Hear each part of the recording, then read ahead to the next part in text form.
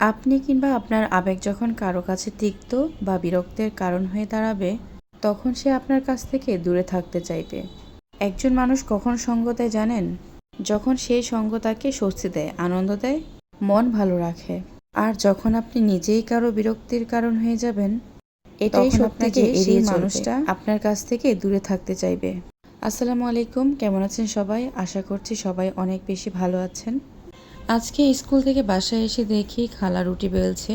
তারপর আমি কি করলাম, রুটিগুলোকে ছেঁকে নিলাম এবং সবাইকে নাস্তা দিলাম। তারপরে দেখছিলাম বাবা কি কি বাজার এনেছে। আজকে আমার শ্বশুর বাজারে এনেছে কচুরলতি, একটা বড় লাউ এনেছে। লাউটা আজকে রান্না করব আমি গরুর মাংস দিয়ে।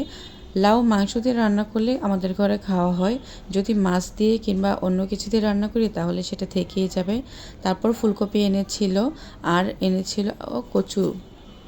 তারপর রুটিগুলো ছেঁকে আমি একটু মাংস নিয়ে ঝটপট রুটিটা খেয়ে নিচ্ছিলাম। আমার মেয়েকেও দিয়েছিলাম, মেয়েও খাচ্ছিল, সাথে আমিও খাচ্ছিলাম। তাড়াতাড়ি নাস্তাটা করে আমি এক চুলায় ভাত বসিয়ে দিয়েছি, আরেক চুলায় আমি বেগুনটাকে কেটে নিয়েছিলাম। সব ধরনের মশলা দিয়ে মাখিয়ে এখন বেগুনটাকে ভালো করে ভেজে নিচ্ছি। বেগুন ভাজিটা খুবই ভালো লাগে, এই গোল গোল বেগুনটা। কেন জানি আমার রান্নাটা দেরি একদমই সহ্য হয় না, আমি ঝটপট রান্না করে ফেলি। আমার খুবই ভালো লাগে তাড়াতাড়ি রান্নাটা শেষ করতে। স্কুল থেকে আমি এসেই তাড়াতাড়ি রান্না বসিয়ে দিই, কারণ আমার শ্বশুরকে টাইম মতো খাবার দিতে হয়। আমার শ্বশুরবাড়িতে সবাই টাইম মেনটেন করে চলে। ইদানিং আমার একটা খারাপ অভ্যাস হয়ে গেছে, আমি অনেক রাত জাগি। আমার যেহেতু সকালে স্কুল আছে তাই আমার অনেক সকালে উঠতে হয়। প্রতিদিন চিন্তা করি আজকে তাড়াতাড়ি ঘুমিয়ে যাব, কেন জানি 5 মিনিট করতে করতে দেখি অনেক বেঁচে যায়। বেগুনগুলোকে ভাজা হয়ে গেছে, বেগুনগুলোকে নামিয়ে নিয়েছি। তারপরে আমি এই চুলায় বসিয়ে দিচ্ছিলাম। প্রথমেই বলেছিলাম লাউটাকে আজকে আমি গরুর মাংস দিয়ে রান্না করব। তার জন্য আমি একটা পাতিলের মধ্যে সব ধরনের মশলা দিয়ে মশলাটাকে ভালো করে কষিয়ে নিচ্ছি। মাংস রান্না করতে যা যা মশলা লাগে সবই দিতে হবে, একটু অল্প মশলা দিতে হবে, কারণ লাউ কিন্তু বেশি মশলা হলে ভাল লাগে না।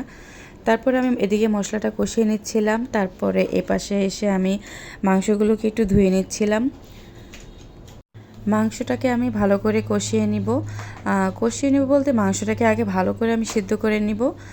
মাংসটা কিন্তু গরু মাংসটা একটু সময় লাগে সিদ্ধ হতে। গরুর মাংসটা ভালো করে রান্না হয়ে গেলে তারপরে এই লাউগুলো আমি দিয়ে দিব। লাউ আর গরুর মাংসটা রান্না হয়ে গেলে এখন আমি রান্না করব কচু লতি, এটাকে আমরা কচুর লতি বলি। কচুর লতিটা আজকে আমি চিংড়ি মাছ দিয়ে রান্না করব। প্রায় সময় আমি এটা শুটকি দিয়ে রান্না করি, চাপা শুটকি দিয়ে। তো আজকে আমি এটাকে চিংড়ি মাছ দিয়ে রান্না করব। তার জন্য প্রথমে আমি কচি লতিটাকে ভালো করে ভেজে নিচ্ছিলাম, সামান্য একটু লবণ দিয়ে হালকা ভেজে নেব।